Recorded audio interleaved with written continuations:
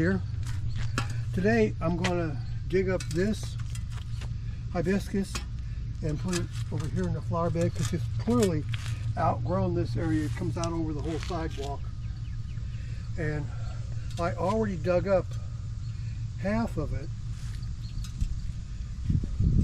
And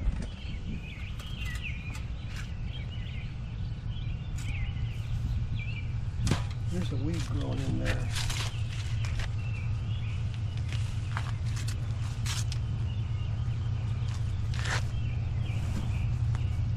I already dug up half of it and planted it over here.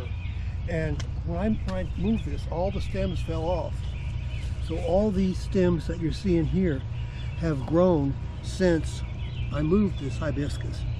And plus I had all these daylilies cut out of here. But the interesting thing about hibiscus, this is a hardy hibiscus. It comes back every year. And I believe it's hardy in zones 3 to 9. But these are the stems from the previous year. And you cut them to the ground because they will never grow back.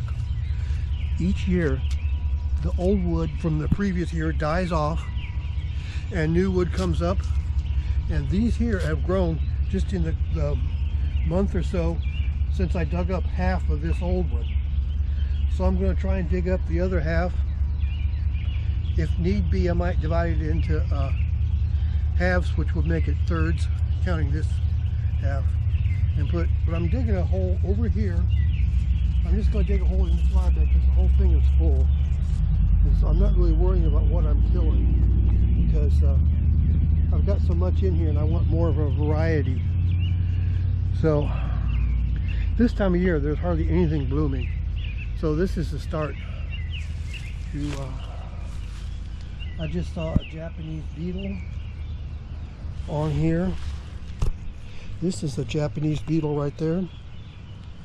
And you can spray them with dishwater, which I do. Or sometimes, if I haven't sprayed them, I'll just pick them off like that and throw them in water. And I don't know whether they can get out of there or not. Sometimes I might go out there and there'll be several in there that I'll kick off. Other times they're gone, so.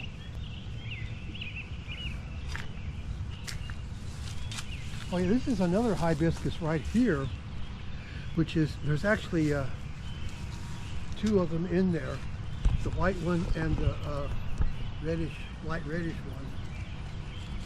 But I planted it, I got like 5. It looks like only 3 of them grew from bare root when I bought them, and I planted them there. So right now I'm digging a hole for this other half.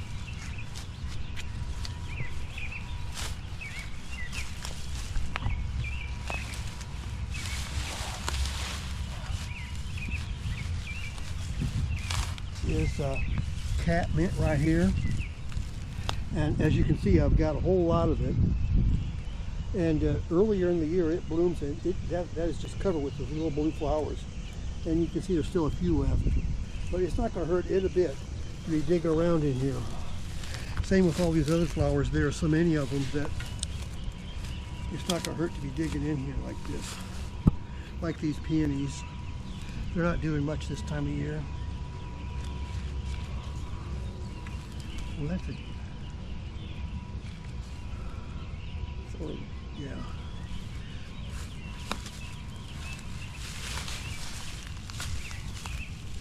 This here,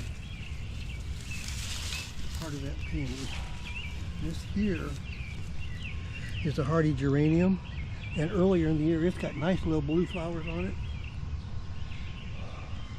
And right over there, in the front of that flower bed, you can see the little blue flowers, the kind of reddish purple. There's a lot of different varieties of it.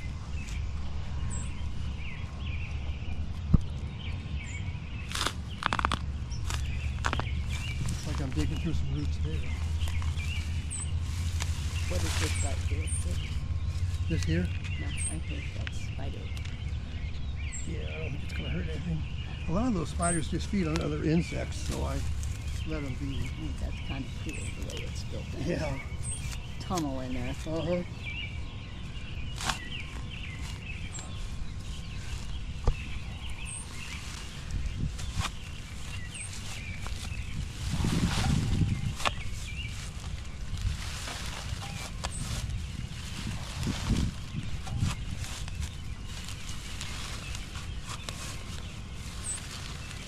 Okay, that might be enough. I'm going to try digging up the other one. I think I'll probably have to dig up more.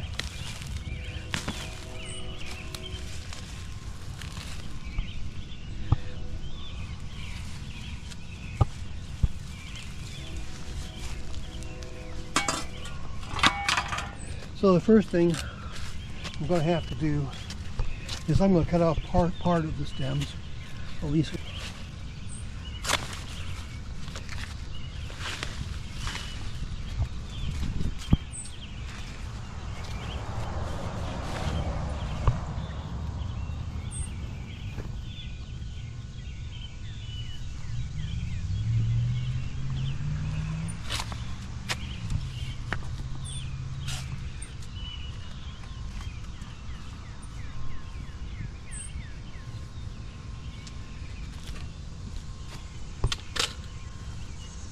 Let's see if I can do this. I'm going to get some of these rocks out of the way so the shovel's not hitting them.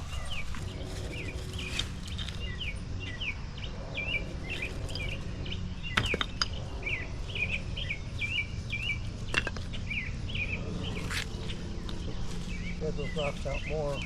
Make some nice paths in the flower bed and line the sides of them with rocks. Okay, we'll see if I go around here.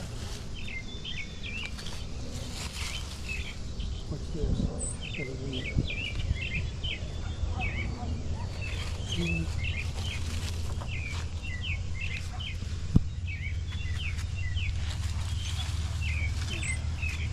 Okay.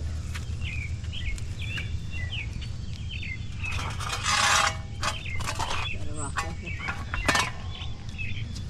Let's do this.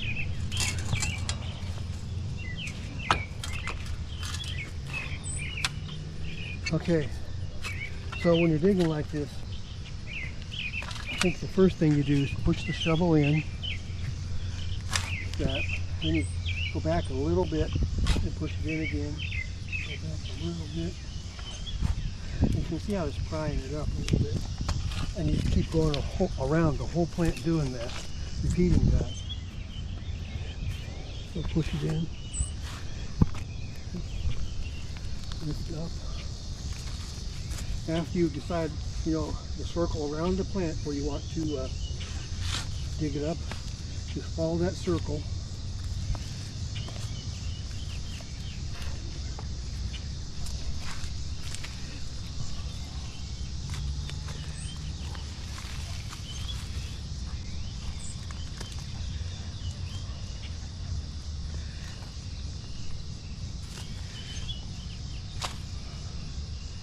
I never noticed it, but these things are very perfumey when I'm standing here over them.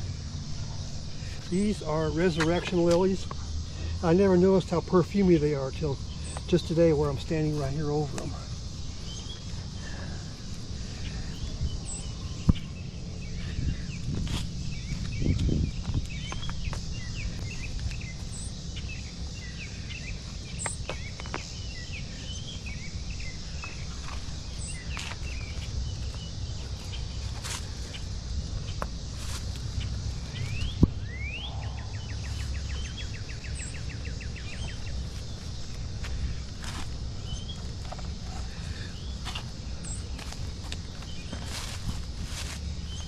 This has been here for a long time, so it's got some pretty woody roots I'm digging up.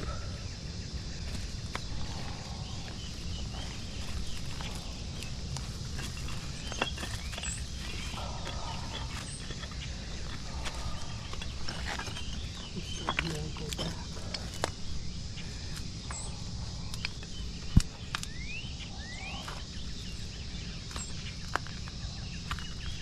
Oh, I'm hitting the rock. Something.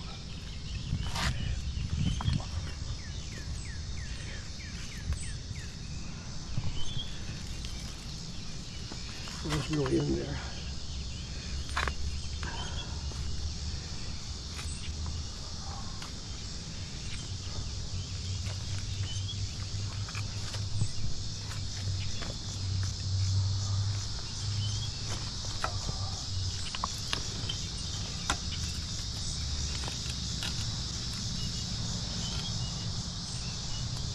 think what I'm going to have to do is cut these off. Darn.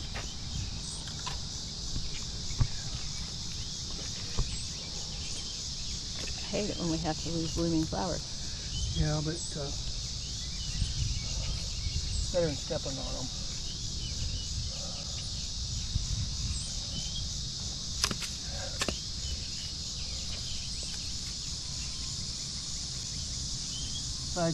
The flower, the blooming, is the most work that a flower does. So anytime you cut off the blooms, you're saving a lot of energy for the plant, which goes into the roots. And in this case, they have a nice big bulb, like a lily. And they look just like a lily before you plant them. And you plant them 5 to 6 inches deep, just like a lily. And although they're named lilies, I don't think they're related. Although I could be wrong about that, I guess.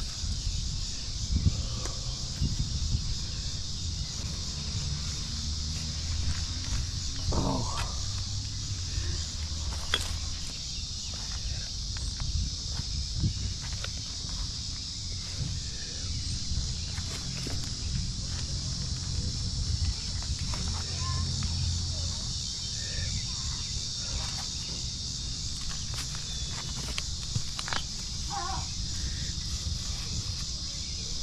This right here, near the shovel, is a common poppy, and they bloom early in the year and then die out around July, and they drop seed, and they're growing all over in here right now. Okay, and these poppies, when they go dormant in July, they drop seed, and then later on in the year, the seeds come up like this right here, all over the place in here.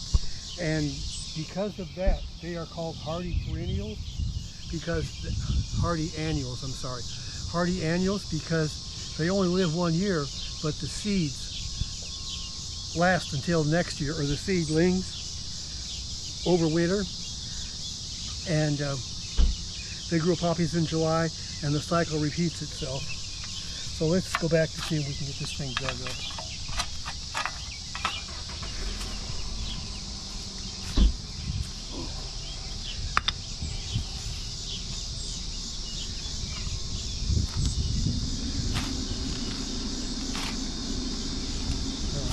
I got it this time. Oh, yeah, I think so.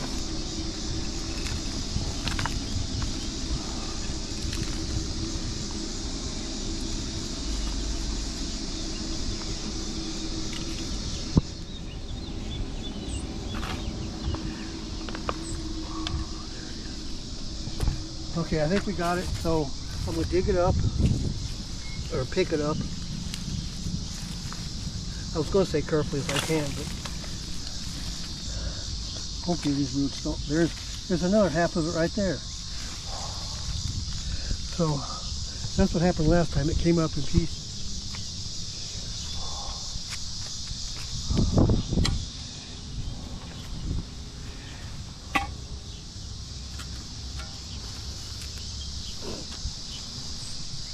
So I already dug this hole right here.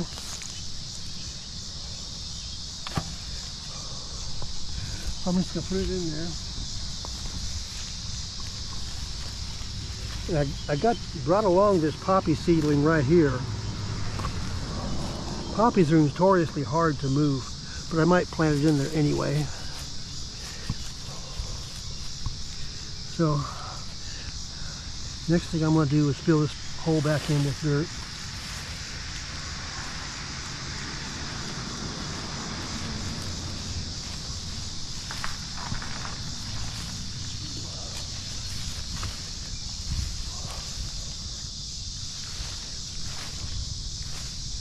And the one thing I want to keep in mind is I want to try and plant it at about the same level that it was before, growing in the ground. That's like the universal rule of transplanting, is always plant it at the same level that it was growing before, which I think is right about here. So once I put a whole bunch of water in here, this dirt should level out to be about there. Now, what did I do with that poppy seedling? That was from the plant. Oh, I see. Okay, now this poppy seedling, I'm just going to take my finger and put it in there. Although, chances of it growing are pretty slim. A lot of times wildflowers like these poppies are hard to transplant. So the next thing I want to do is dig another hole for that other part that didn't come up. Okay, we still got this clump right here. And I already dug a new hole to put it in. So I'm going to repeat the process of just digging around it and prying up at the same time. So here we go, right here. Just dig in and pry up.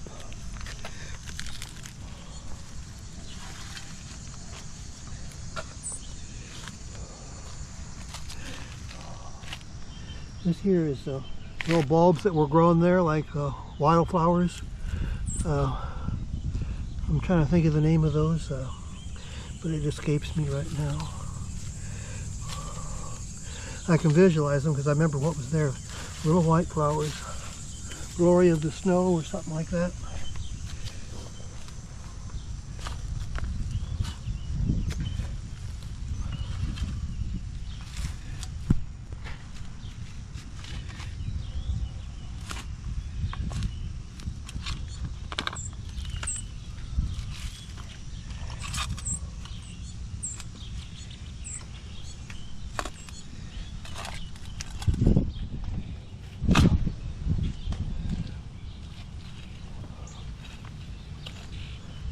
Actually, one time broke a handle on one of my spades doing that. So I have to be careful.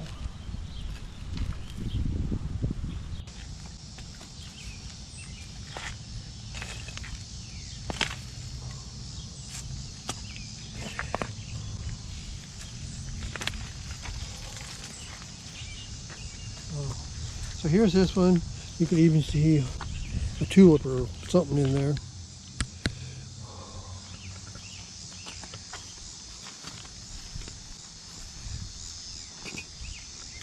I dug a nice deep hole for it. Hopefully it's big enough. Maybe a little bit too deep. So I'm going to hold it up while I'm putting the dirt in there.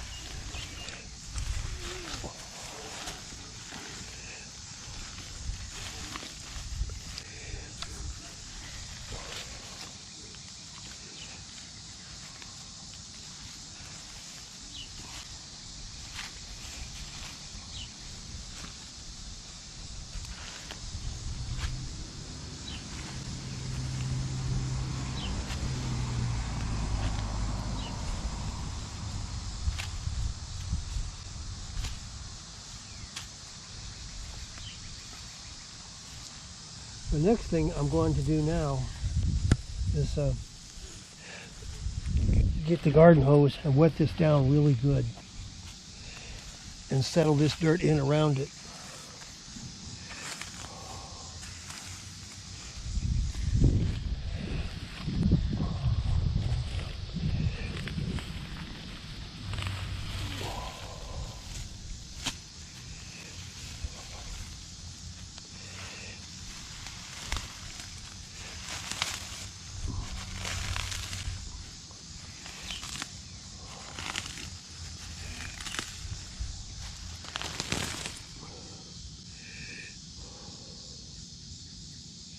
In this job here, I think one of the most important things is to water it afterwards.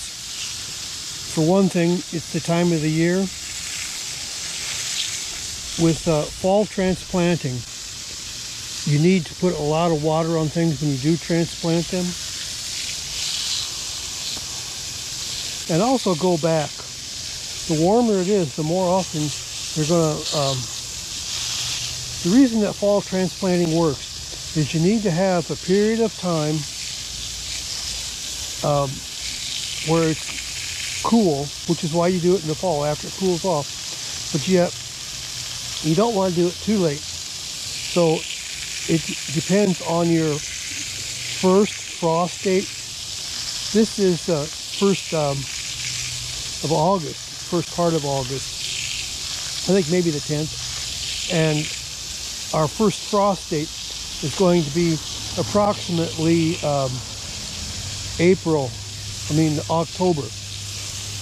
I think maybe 20th.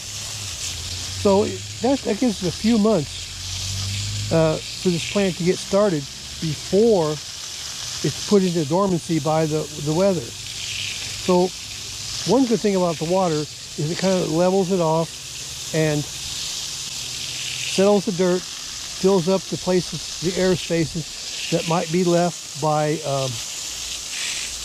transplanting it. In the past, I've had far more luck with spring transplanting, which I like to do before the first or the last frost, which around here, I think by May you can pretty much guarantee that there's not going to be any more frost, I think. I'm trying to remember.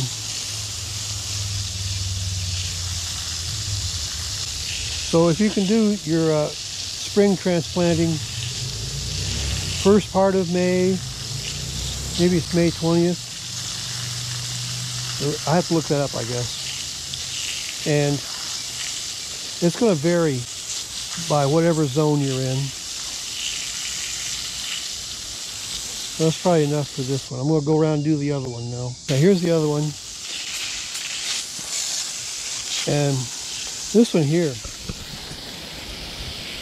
Okay, here's the first one we did. This one here, you can see there's probably a lot of air spaces where the dirt was clumpy and didn't get settled in. So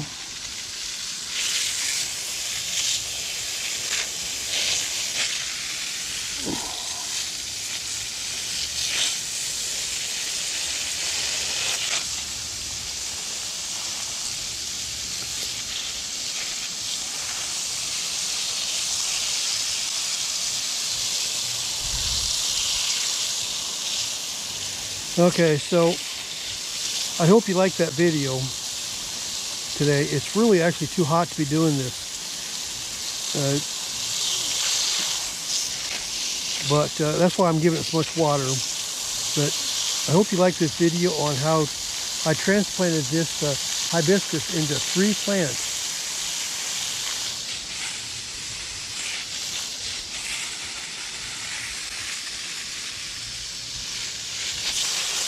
So one there, and there's 2 that are already here, so that should look pretty nice when they start blooming. So anyway, I hope you liked this video and subscribe to this channel. And I will see you next time. And thanks a lot for watching. Goodbye.